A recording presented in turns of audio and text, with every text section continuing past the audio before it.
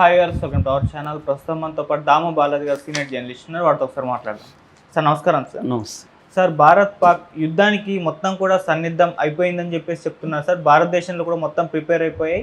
So 1971 తర్వాత first time భారతదేశంలో civilian drill చేస్తున్నారు. ఇది చాలా కాలం తర్వాత చేయడం చూస్తున్నాం. సో ఇది యుద్ధానికి ఒక సంకేతం కూడా భావిస్తున్నారు సార్. అసలు సివిలియన్ డ్రిల్ అంటే ఏంటి, ఏం చేస్తారు, అలాగే ఇప్పుడు ఒకవేళ భారత్ పాక్ మధ్య యుద్ధం వస్తే సివిలియన్స్ పరిస్థితి ఏంటి, అంటే వాళ్ళకు ఎదురయ్యే సమస్యలు ఏంటి, ఎలా జాగ్రత్త పడాలి సార్?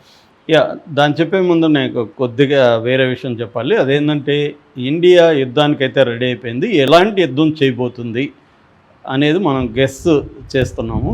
ఎలాంటి యుద్ధం చేయబోతుందంటే, మనకి ఇంతకుముందు సుందర్జీత్ డాక్ట్రిన్ అని ఉండేది. సుందర్జీత్ డాక్ట్రిన్ అంటే లార్జ్ స్కేల్లో ఆపరేషన్స్ మొదలుపెట్టి యుద్ధం చేయడం అనేది సుందర్జీత్ డాక్ట్రిన్. 2000 సంవత్సరానికి ముందు ఈ సిద్ధాంతం ఉండేది మన మిలిటరీకి సంబంధించి. అంటే లార్జ్ స్కేల్ షిప్పులు కావచ్చు, లార్జ్ స్కేల్ ఇన్ఫాంట్రీ కావచ్చు, లార్జ్ స్కేల్ ఎయిర్ ఫోర్స్ కావచ్చు, దింపి స్లోగా స్టడీగా యుద్ధం చేయడం అనేది ఉండేది. 71లో కానీ, 65లో కానీ, 47, 48లో కానీ పాకిస్తాన్తో వచ్చిన యుద్ధాల్లో మనం అదే ఉంది. ఈవెన్ కార్గిల్ యుద్ధంలో కూడా ఆ టాక్టిక్సే మనం పాల్గొన్నాం. అయితే దీంట్లో చాలా సమస్యలు వస్తున్నాయని గుర్తించారు. ఎందుకంటే మనం ఈ స్లోగా ఆర్గనైజ్ అయ్యే లోపల పాకిస్తాన్ కూడా రెడీగా అయిపోతూ ఉంది.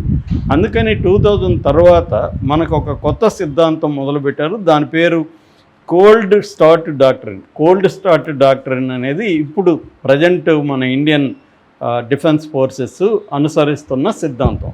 ఈ కోల్డ్ స్టార్ట్ డాక్ట్రిన్ అంటే అర్థమైందంటే, చాలా వేగంగా, ర్యాపిడ్గా, లిమిటెడ్గా, high efficiency, high intensity, decisive, offensive అన్నమాట.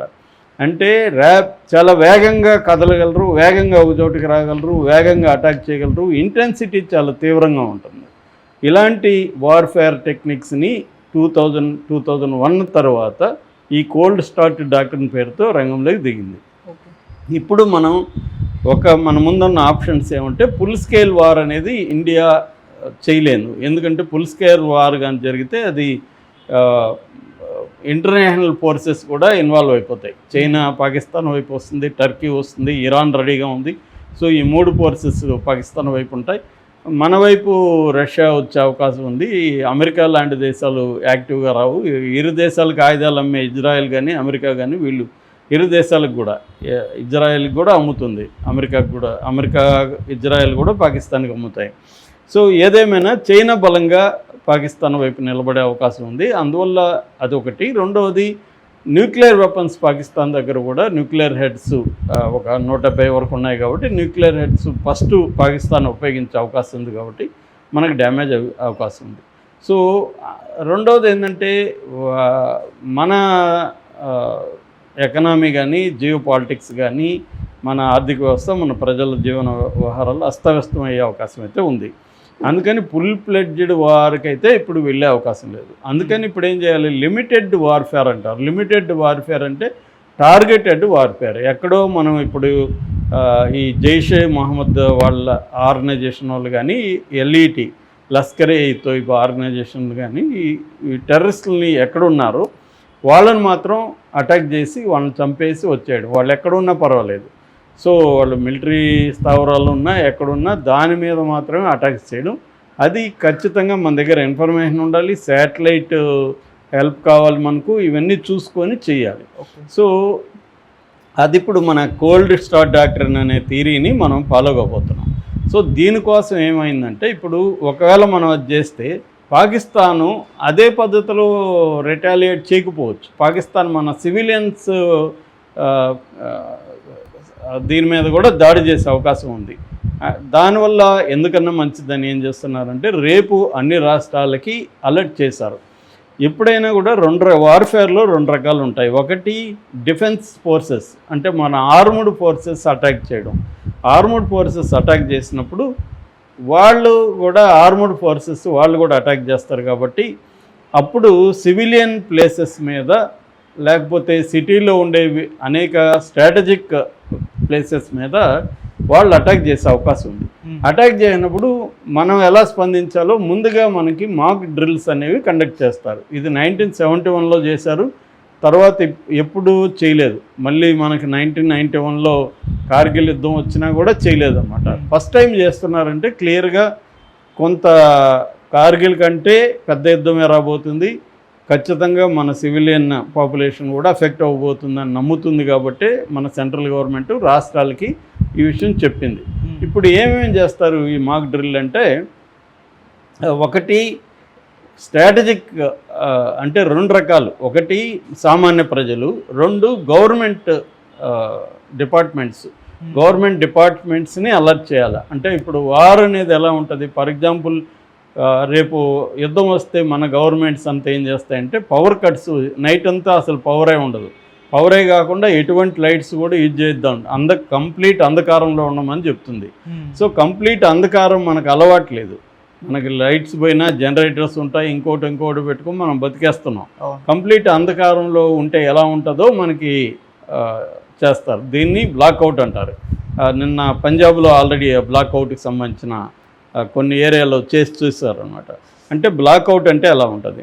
రెండవది జీపీఎస్, తర్వాత పవర్ గ్రిడ్స్ మీద వాళ్ళు బాంబులు వేసే అవకాశం ఉంది. పవర్ కొన్ని రోజుల పాటు పవర్ ఉండకపోవచ్చు, మనకు జీపీఎస్ నావిగేషన్ ఉండకపోవచ్చు. జీపీఎస్ నావిగేషన్ లేకపోతే అనేక సిస్టమ్స్ పనిచేయవు. అంటే ఫర్ ఎగ్జాంపుల్ ఇప్పుడు టికెట్లు బుక్ చేసుకోవాలి, ట్రావెల్ ఉండదు, ఫుడ్ ఆర్డర్ పెట్టలేము, ఏది పనిచేయదు. మనకి జీపీఎస్తో బ్యాకప్తో పనిచేసే వ్యవస్థలన్నీ ఏవి పనిచేయవు. అంటే ఒక రకంగా ప్రిమిటివ్గా లైఫ్ వెళ్ళిపోతుంది. అప్పుడు మనం రెడీగా ఉండాలి, దానికి కూడా మనం సిద్ధమై ఉండాలి. అంటే మెంటల్గా సాధారణ సివిలియన్స్ ప్రజల్ని అలర్ట్ చేస్తుంది అన్నమాట గవర్నమెంట్. అందుకని రేపు ఆ డ్రిల్ చేయబోతున్నారు. మూడవది, డిపార్ట్మెంట్స్ మధ్య ఒక సమన్వయం ఉండాలి.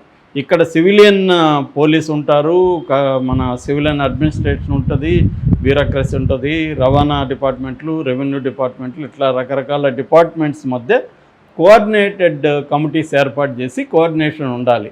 అట్లాగే కమ్యూనికేషన్ సిస్టమ్స్ కూడా రేపు ఫెయిల్ అవుతాయి. ఎందుకంటే వాళ్ళు బాంబు దాడుల వల్ల కమ్యూనికేషన్ సిస్టమ్స్ ఫెయిల్ అయినప్పుడు ఆల్టర్నేటివ్గా ఎలా కమ్యూనికేట్ చేయాలి.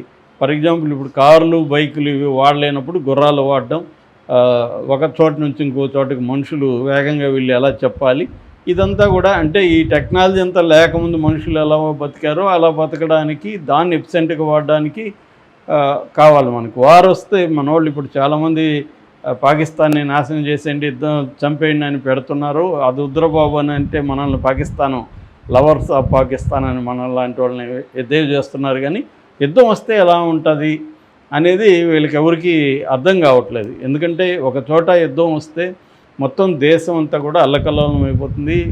రైల్వేలు పనిచేయవు, బస్సులు తిరగవు, ఇంటర్నెట్ పనిచేయదు, జీపీఎస్ వ్యవస్థలు పనిచేయవు, పవర్ ఉండదు. దానివల్ల ఏమవుతుంది, సరుకుల రవాణా ఉండదు, సరుకుల రవాణా సప్లై ఉండదు. డబ్బున్నోళ్ళు ముందుగానే 6 నెలలకు 1 year కొనిపెట్టుకుంటారు. మిగతా వాళ్ళకి డబ్బులు కూడా క్యాష్ నీకు అర్జెంటుగా కావాలంటే దొరకదు, ఏటీఎంలు పనిచేయవు, బ్యాంకులు మూసేయచ్చు. సో ఇలాగా మనం ఊహించని స్థాయిలో జీవితం అస్తవ్యస్తం అయిపోయే అవకాశం ఉంది. అందుకని మెంటల్గా ప్రిపేర్ అవ్వడానికి ఈ డ్రిల్ చేస్తారు. మూడవది క్యామోఫ్లేజింగ్ అంటారు. క్యామోఫ్లేజింగ్ అంటే మన వ్యవస్థలని, ఇప్పుడు ఫర్ ఎగ్జాంపుల్ చార్మినార్ ఉంది, చార్మినార్ని కంప్లీట్గా దేనితైనా కప్పేయడం. అట్లాగే మన డిఫెన్స్ సిస్టమ్స్ ఉన్నాయి, మన ఇక్కడ ఆర్డినెన్స్ ఫ్యాక్టరీస్ ఉన్నాయి హైదరాబాద్లో, తర్వాత ఎలక్ట్రికల్ గ్రిడ్స్ ఉంటాయి. వీటినన్నిటిని కూడా కప్పేయాలి, ఎక్కడ ఏముందో తెలియకూడదు వాళ్ళు అటాక్ చేయాలనుకుంటే. సో ఇది అంటే రేపొద్దున్న శాటిలైట్ వ్యవస్థల ద్వారా ఇవాళ 71లో అంటే ఇటువంటి పనిచేస్తే కానీ ఇవాళ ఎంత పనిచేస్తాయి కూడా డౌట్. ఎందుకంటే శాటిలైటు థర్మల్, నైట్ కూడా థర్మల్ దీంట్లో టెక్నాలజీస్తో కనిపెట్టే వచ్చినాక మన క్యామోఫ్లేజ్ టెక్నిక్స్ కూడా ఎంతవరకు పనిచేస్తాయి అనేది ఇప్పుడు డౌటే. కానీ మ్యాక్సిమం అయితే చర్యలు తీసుకోవాలి. సో సివిలియన్ పాపులేషన్ అలర్ట్ చేయడం, గవర్నమెంట్కి సంబంధించిన వివిధ వ్యవస్థల్ని రెడీ చేయడం, క్యామోఫ్లేజింగ్ టెక్నిక్స్ వాడడం, ఇది ప్రధానంగా రేపు డ్రిల్ చేయబోతున్నారు. సో ఈ డ్రిల్లో నుంచి జనాలంతా మెంటల్గా ప్రిపేర్ చేస్తారు. సో ఒక్కసారిగా యుద్ధం వస్తే మనకి నేను చెప్పిన లైఫ్ అంతా అస్తవ్యస్తం అయిపోతుంది. చాలామంది గ్రీడీ ఫెలోస్ తయారవుతారు, సరుకులంతా డంప్ చేసేస్తారు బ్లాక్లో. మనకి ఏ సరుకులు కూడా దొరకని పరిస్థితి క్రియేట్ అవుతుంది. మిల్క్ దగ్గర నుంచి నిత్యావసరాలు ఏవి కూడా దొరకని పరిస్థితి కూడా క్రియేట్ అయ్యే అవకాశం ఉంది. ఇదంతా కూడా ఎప్పుడు అంటే పాకిస్తాన్ ఎట్లా రిటాలియేట్ చేస్తుంది అనే దాన్ని బట్టి ఉంటుంది. అంటే మనం టార్గెటెడ్గా మనమైతే ఇప్పుడు టార్గెటెడ్గా చేస్తున్నాం, కానీ పాకిస్తాన్ అలాగే చేయకపోవచ్చు కదా టార్గెటెడ్గా. ఎందుకంటే ఇప్పుడు ఇజ్రాయెల్ అదే చేసింది. ఇజ్రాయెల్ పిల్లల్ని 25,000 30,000 మంది పిల్లల్ని చంపేసింది గాజాలో. సో